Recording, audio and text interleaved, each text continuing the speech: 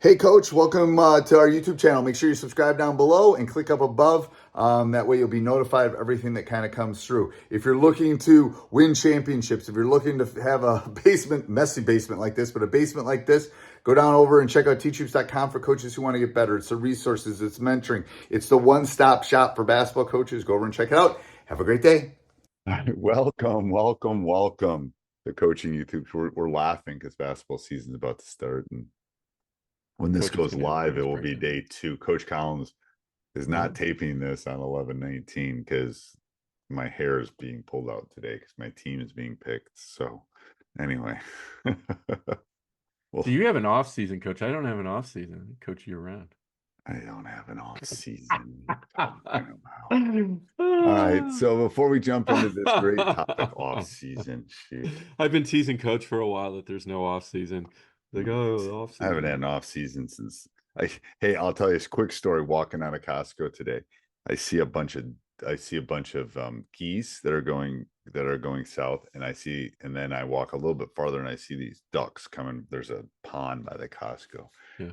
And I'm texting one of my friends in Wausau going, "Oh my gosh, it's like," and then he sends me a picture of him and his brothers just went pheasant hunting. It's like, I thought of you. I thought of you as these ducks are flying overhead. Anyway, um, ducks are hard to hit because they're like jet fighters. If anyone's ever seen a duck fly, it's not like, you know, they're hard to hit. Anyway, um, anyway, that's Never gone duck hunting. Even when I was in school, went deer hunting, but never went duck hunting. yeah. Never went deer hunting. I mean, went once deer hunting. That was a long story. Bow and arrow too. I was at That's good. I would do that. I would that, but you got to be more of a serious challenge. and you got to Yeah. practice Practice a lot. because that's not fair to the deer if you're not going to hit them right in the right spot. No. And then you got to go track them too. All right. So before we do that, let's give a big shout out to our sponsor. Game changer. Yes. Coaches, if you need an app to record games, get stats, Game Changer is your answer. They just launched a new feature for annotation. So now you can go and review film, mark it up how you want, share it with your players. Check it out at gc.com/coaching youth hoops. Yep. And then because in a couple days, Black Fridays are on the corner, Coach. We have a little tease on our Black Friday special, don't we? Yeah, absolutely. We got a special Black Friday. Uh Basically it's everything you need for your season in a box: offense, defense, practice plans, transitions, lobs, slobs, shooting. I mean, literally everything for one low price. We're going to offer it at a discount only on Black Friday. So check it out if you go to coachingyouthhoops.com/black-friday. We'll put the link in the show notes. But sorry if you're listening to this after Black Friday. Yep. If it's It's June and you're over. listery to this, you're on the middle of the boat and Yeah. getting a nice tan. Sorry. You have to wait You'll till just have next Black to Friday. bookmark that URL because every year we'll do a Black Friday special for you guys. But you missed it. Sorry. Sorry. Sorry. Um, that's all right. So what's our topic today, Coach? Topic today is motivating the talented but unmotivated player. This has come up a lot, and also I had one great one today that came through, which was how do I is a youth team. It was a grade school coach. He has a couple very talented AAU players coming on his team. And he says they play year round. They're very skilled. The other players on the team are not quite up to their caliber, but these kids want to play for their grade school, which is awesome to hear. So he was struggling with, how do I keep these kids also motivated? They're very talented, right? But yet I got to bring up the other kids to their level and don't want these other kids to get bored. Every level deals with this, your level, youth level, right? But how do you deal with that? And I think there's different, you got to get to the root cause. What's causing the talented person to be not motivated, and what does that mean? They're lackluster in practice. They're just not giving it their all. They think they're or they're arrogant and think they're really good, right? Well, then I think you got to challenge them. First of all, you got to challenge if they. I've had this. I've had talented but unmotivated. I've had Mhm. untalented and very motivated. I've had, talented and motivated. Those are like the unicorns, those are the ones I Yeah. love. Um, I think it's part of it. Part of it is, again, this is from a teacher of 30 some plus years that was frustrated today because his students aren't doing all their homework and not necessarily me, Mhm. not necessarily motivating them the way I needed to. Um, so I think you're right. It's about getting to the root cause, and often the unmotivated is bored Mhm. and they're not being challenged. And I'll use a math analogy. They're taking algebra class and they should be in pre-calc. um, so there's no motivation. It's like I mean, you and I can talk about all the stuff that we do. We're motivated because it's challenging. It's stimulating. It's exciting. It's fun. Mhm. And a 12-year-old is no different than a 50 something year old. Um, so it's the same thing. It's like, there needs to be both intrinsic and extrinsic. And as the teacher, as the coach, you got to go try to find those things. And what do you mean by intrinsic and extrinsic motivation? What do I personally mean for my intrinsic and What? No, extrinsic no, no, no, for no. the Just kids? explain What's the that how difference what's the between the two? practicality Self of yeah, self motive, like intrinsic right. is was inside of you. I Mhm. think my parents and my did with myself and my brother, something happened because we both are very intrinsically motivated. Mhm. It's a self motivation. It's like I Yep. took over a basketball program that hadn't won in 30 years, so you have to have a little intrinsic, and you probably got to be a little crazy too. Um, but it was that there was no extrinsic, there was no outside motivation for me to take that job or to want to turn it around or to become the best coach and hopefully run one of the better programs in the Midwest. There was no extrinsic. No one wanted this job. um Mhm. so it had to be intrinsic. It had to be that I could do things. I could build a kind of a family community. I could be, teach, learn both from the players and teach the players life lessons. I could do that. That had to be intrinsic. And I don't, the good teachers, there has to be a lot of intrinsic motivation. Like, I had a tough day today just because I didn't think I was getting to them, but I'm going to go right back at it tomorrow because it's the reason I've done it for so long. It's Yeah. there's an intrinsic there's a motivation inside of me that, okay, this is what I'm meant to do and I'm going to make a difference. Um, the extrinsic would be if they paid me the wage that I think maybe I'm worth. But I didn't go into teaching to become wealthy. It was an intrinsic motivation. It was not an extrinsic Right. motivation. Um, yeah. Anyway, is Well, that so what we're how talking do you about? then motivate uh, a talented player?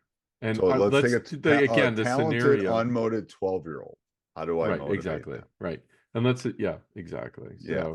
How, Um, yeah, so that's a what I a lot of times do is I will put them in a leadership role if I'll assess that, of course. But and what that means for me is I'll have them teach certain things.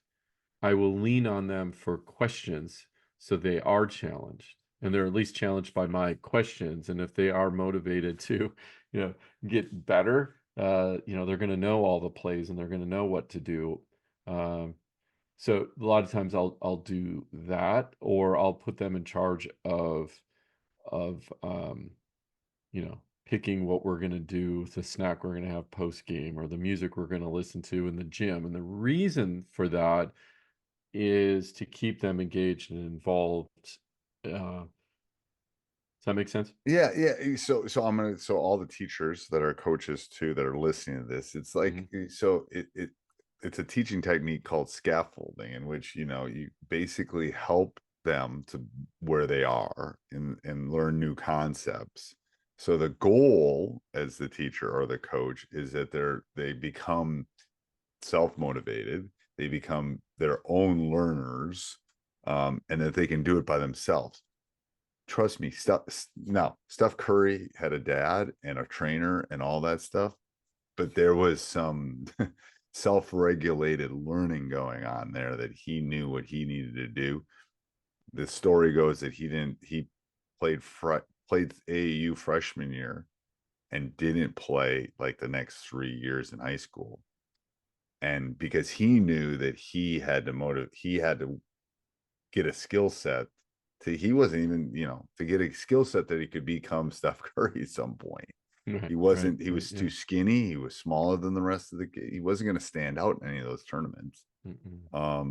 So, you know, it becomes, you know, a way of applying learning so that they can do it themselves. Cause I mean, you laugh that I'm part Dracula, I'm part vampire, but it's like I'm gonna go eat and then I'm gonna come back here because I want to get stuff done for, you know, what we're doing and what I Right. need to do. And I have a stack of, I mean, that's you know, that's where that kind of falls. But I think it's hard, you know, it's harder with a 12-year-old because it's hard to figure Mhm. out what's gonna motivate and what's gonna, and I have found, at least with 12-year-old boys, I found competition, I found Yeah, I was you gonna say know, that. Yeah, constraints, I found things yeah. like that. Like, so Johnny is 3 points better than Davion. Great. Then Johnny is going to start down 0-3 against Davion, and they're going to go 1-on-1 to 5, something. And it's going to Mhm. tick him off because I do that. But I'm motivating. Like, I still want to win. Like, the good ones are still going to want to do what they Yeah. need to do. Yeah, that's kind of And my I'm gonna thought. assume again, I mean, because this is you know, an unmotivated player means that they're showing up for practice. They wanna, you know, they wanna be there, but what they feel is, you know, maybe the talent level they see is not where they are, right? Right. Right. Right? Or there's what, you know, and that's, I think that's what you were hinting at more in that particular issue. Right? They feel that they're better than the rest of the team.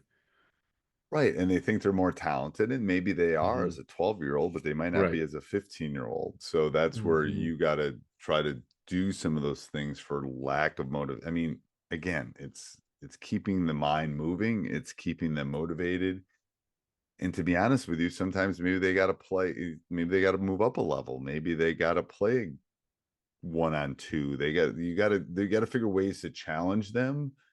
And I've had kids in this class that don't belong in my class. They're just too smart for me. They're smarter than me in some. It's like, okay, Hmm. well, how do I challenge them?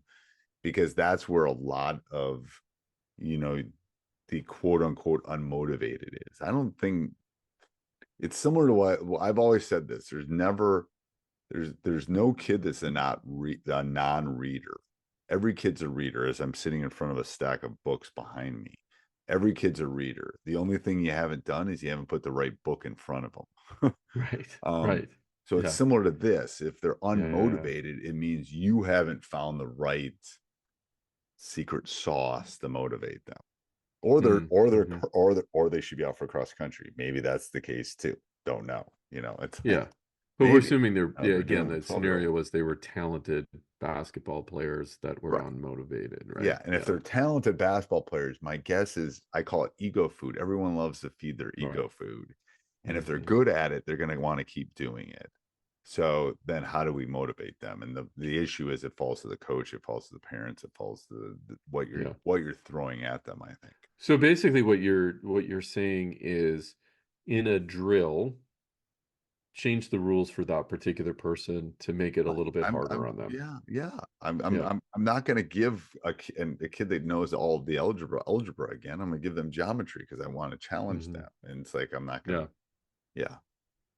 What about you know, rewards? rewarding, their effort, that probably is not going to get them anywhere. I'm just thinking of like scenarios that may come up in coaches' Yeah, and I don't think it conversations, right? works. It maybe work Yeah. short term, but anybody that's been a Hmm. parent has quickly found out that doesn't work long term. It can work Yeah. short term. Um, there has to be something else motivating, I think. Well, and if you think about that situation, you have a 12-year-old who's kind of a standout. Even if you had these, you know, eh, challenges where, you have to get X number of shots up throughout the day or through the season, I should say, right? And they're going to stand out on the top potentially, right? Because Right. they're going to put the work in. That's not going to motivate them anymore. They're going to get the whatever the the trophy at the Yeah. end, whatever you give out, right? Right. Um, but I think the other thing that we're not talking about is controlling their ego and the culture around that as well, right? Well, that's So would interesting. how do because you want them to be part of the team. You don't want them to, as you're the talented basketball player. I'm not. You throw me the ball, I drop it. You roll Right. your eyes, Right. right? Or, my job, you take every possession, you always want the ball and you're trying to score, Right. right? And then there's me just watching you play 1 versus 5, right? Right. So, What does that right, do? yeah, that hurts everybody. So